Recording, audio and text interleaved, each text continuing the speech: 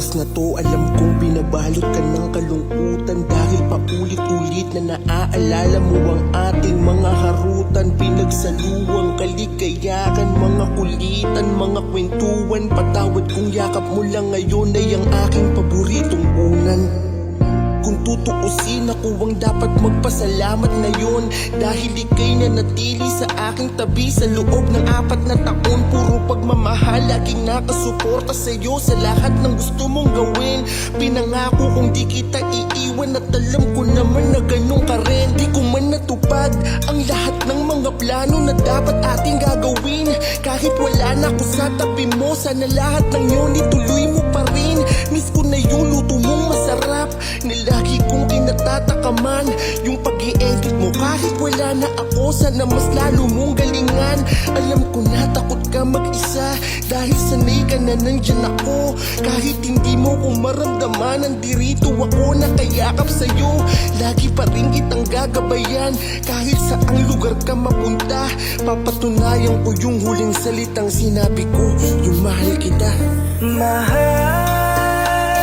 hindi mawawala. Babantayan kita.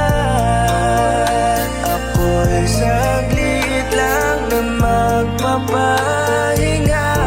Ipikit mo lang ang mga mata mo, at maaalala mo ang lambing ko.